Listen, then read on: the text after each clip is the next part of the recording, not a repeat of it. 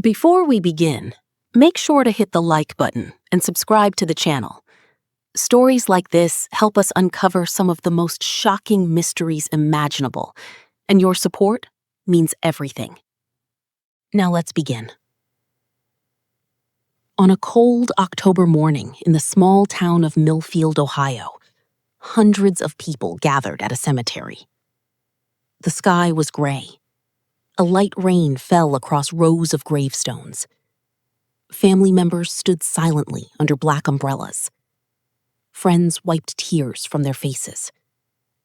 Everyone had come for the same reason: to say goodbye to Jack Morgan. Jack had disappeared 14 months earlier.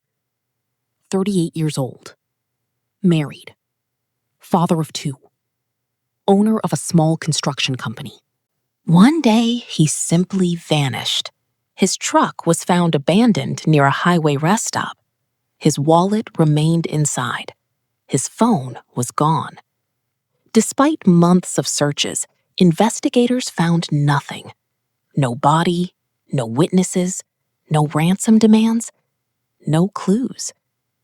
Eventually, the authorities declared him legally dead. Now, his family was preparing for the funeral. At the front stood his wife, Emily. Her eyes were red from crying. Beside her stood their children, 12-year-old Noah and 8-year-old Lily. Neither fully understood what was happening. They only knew their father wasn't coming home. The pastor stepped forward. He opened his book and began speaking. Today, we gather to remember a husband, a father, and a friend. The crowd listened quietly. Then, something happened. At first, nobody noticed. A black pickup truck slowly rolled toward the cemetery entrance. The engine stopped. The driver's door opened. A man stepped out. People turned. Several gasped. One woman screamed. The pastor stopped talking.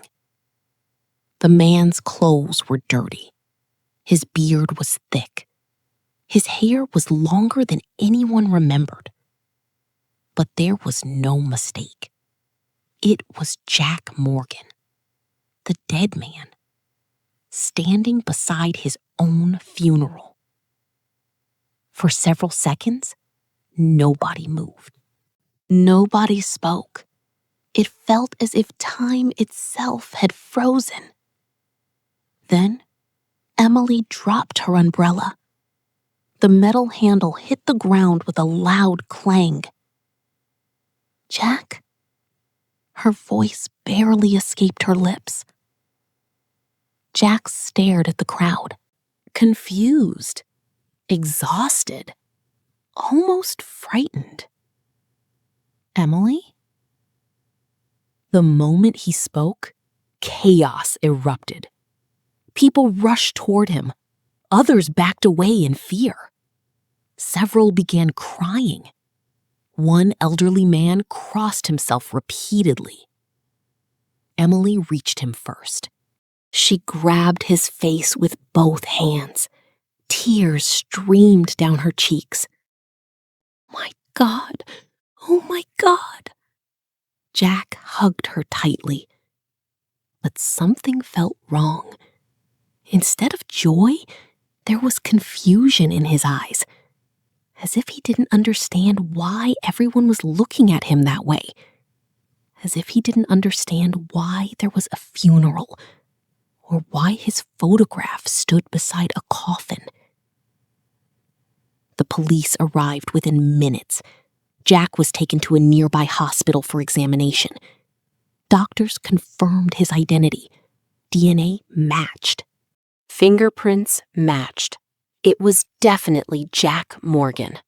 Alive, healthy, and somehow missing for over a year. But the strangest part came during questioning. Detective Sarah Collins sat across from him in a small interview room. "Jack, where have you been?" Jack rubbed his forehead. "I don't know. Sarah frowned. What do you mean you don't know? I remember driving home from work.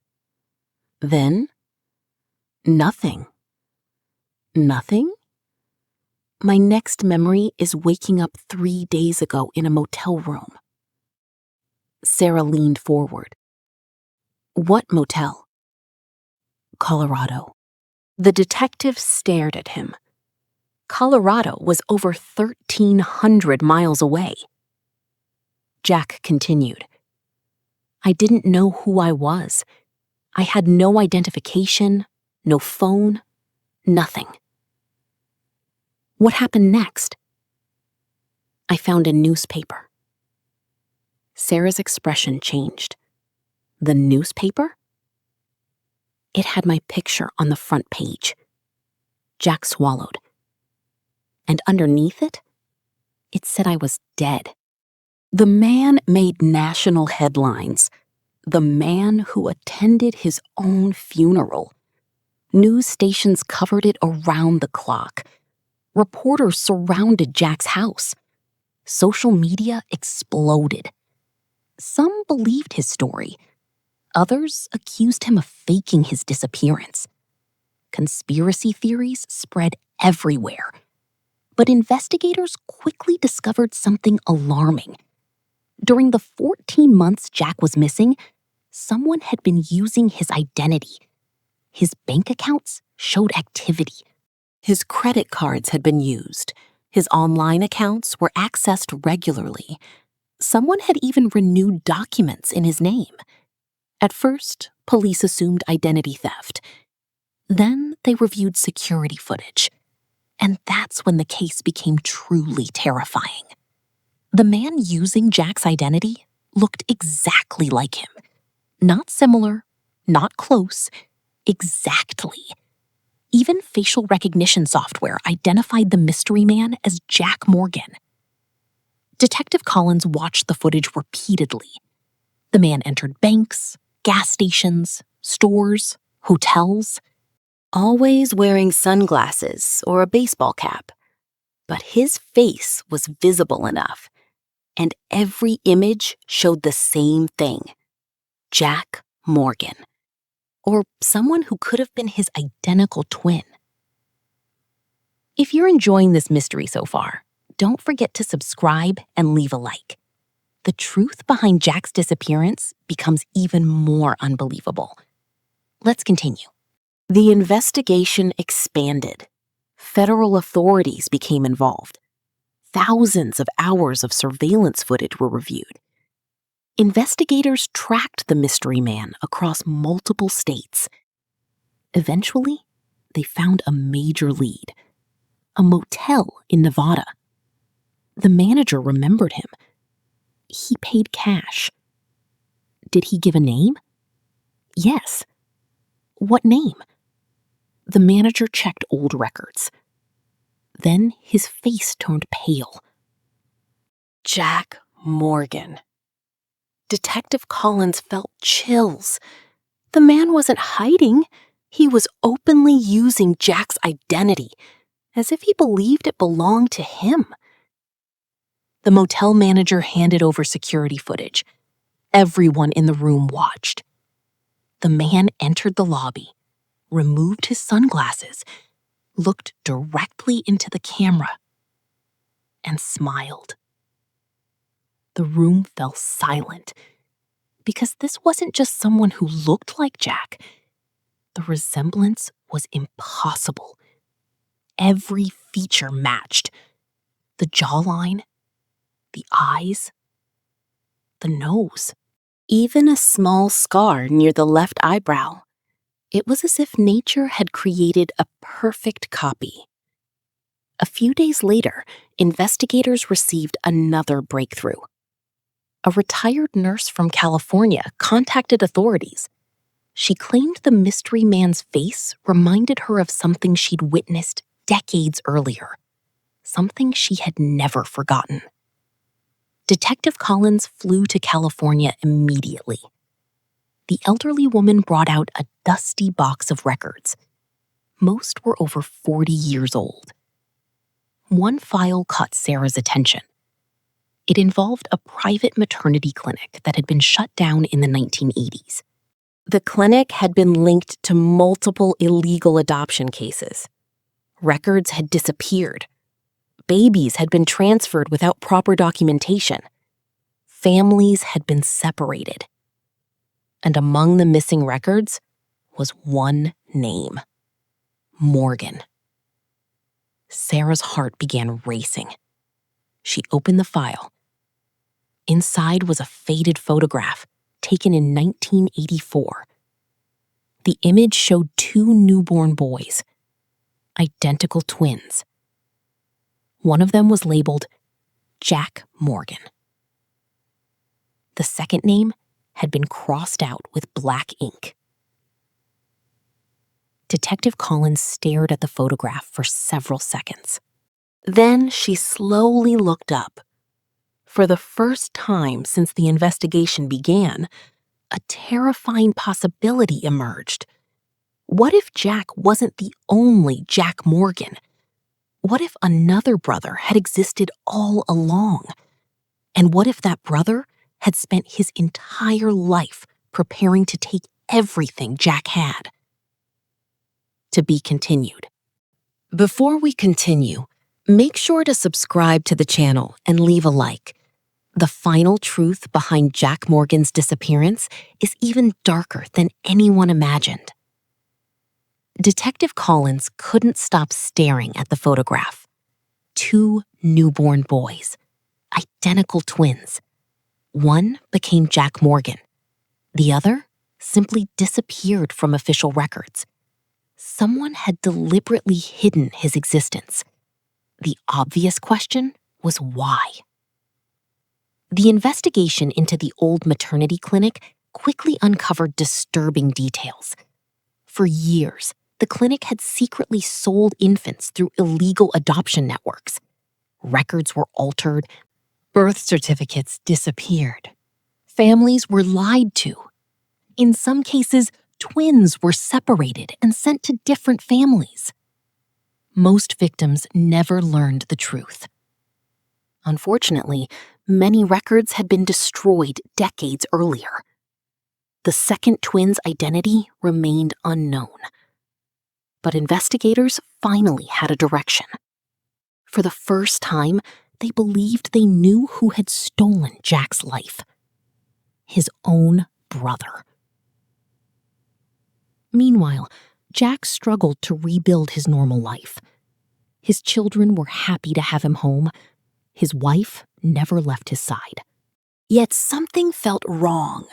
Everywhere he went, people stared. Reporters followed him constantly. His own neighbors whispered behind his back. And deep down, Jack couldn't shake a terrible feeling. Someone out there knew him better than he knew himself. Someone had spent 14 months pretending to be him. The thought was horrifying. One evening, while looking through old family photographs, Jack noticed something strange. In one picture from his childhood, taken when he was about 3 years old, there appeared to be another child standing beside him. The image was blurry, partially torn, but there was definitely a second boy. Jack brought the photo to his mother. The moment she saw it, she froze. Her hands began trembling. "Mom?" She looked away. "Where did you find that?" "In an old album." Silence filled the room. Then tears appeared in her eyes. Jack had never seen her cry like that. Finally, she whispered, "There was another baby." The room became silent. Jack felt his heart pounding. "What?" His mother sat down slowly. For years, she had carried a secret she never intended to reveal. "When you were born, the doctors told us your brother died." Jack felt dizzy. "My brother?" "They said he didn't survive." She covered her face. "We believed them." The words hit Jack like a truck. All his life, he had thought he was an only child. Now, everything was changing.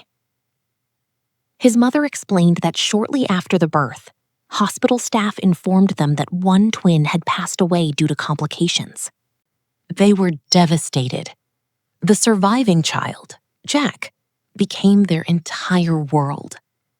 But now, it appeared they had been lied to. Someone had taken the other baby. Someone had erased him from their lives.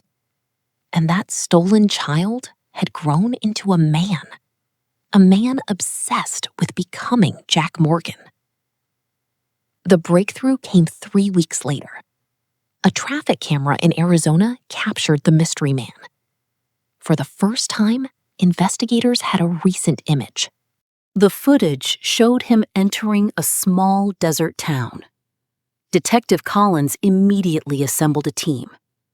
They arrived the following morning. Locals recognized the photo.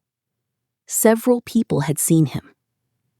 He rented a small house on the outskirts of town, paid cash, kept to himself, never used his real name. Police surrounded the property, weapons ready. The front door stood slightly open. Inside, the house appeared abandoned. Dust covered the furniture. The refrigerator was empty. But one room caught everyone's attention. Its walls were covered with photographs, thousands of them. Every photograph showed Jack. Jack at school, Jack graduating, Jack getting married, Jack holding his newborn children, Jack celebrating birthdays, Jack on vacation. Some photographs had clearly been taken secretly. Others appeared stolen from social media. Detective Collins felt chills. The mystery man had spent years studying Jack's life. Years, perhaps decades. Then investigators found journals, dozens of them, carefully organized on shelves. Each contained handwritten notes, page after page. The first journal dated back 22 years. Sarah opened it carefully. The earliest entries were heartbreaking. A young man writing about loneliness, about growing up in foster homes, about never understanding why he felt incomplete. One sentence appeared repeatedly. I know someone is missing. The entries became darker over time. The writer described recurring dreams, dreams of another boy, a face identical to his own, a life that should have belonged to him. As Sarah continued reading, the obsession became obvious. The mystery man eventually discovered the truth. He learned he had a twin brother, and from that moment, everything changed. If you're still watching, subscribe now because the story is about to take a shocking turn. Trust me, you won't believe what investigators discovered next. The final journal revealed the man's name, Daniel. His birth name was Daniel Morgan, Jack's twin brother. For years, Daniel searched for his lost family. Eventually, he found them. But instead of introducing himself, he watched from a distance. He observed Jack's life, his success, his marriage, his children. The more he watched, the more resentment grew. Daniel believed Jack had stolen everything from him. Of course, Jack had done nothing wrong. Both brothers were victims. But Daniel couldn't see that.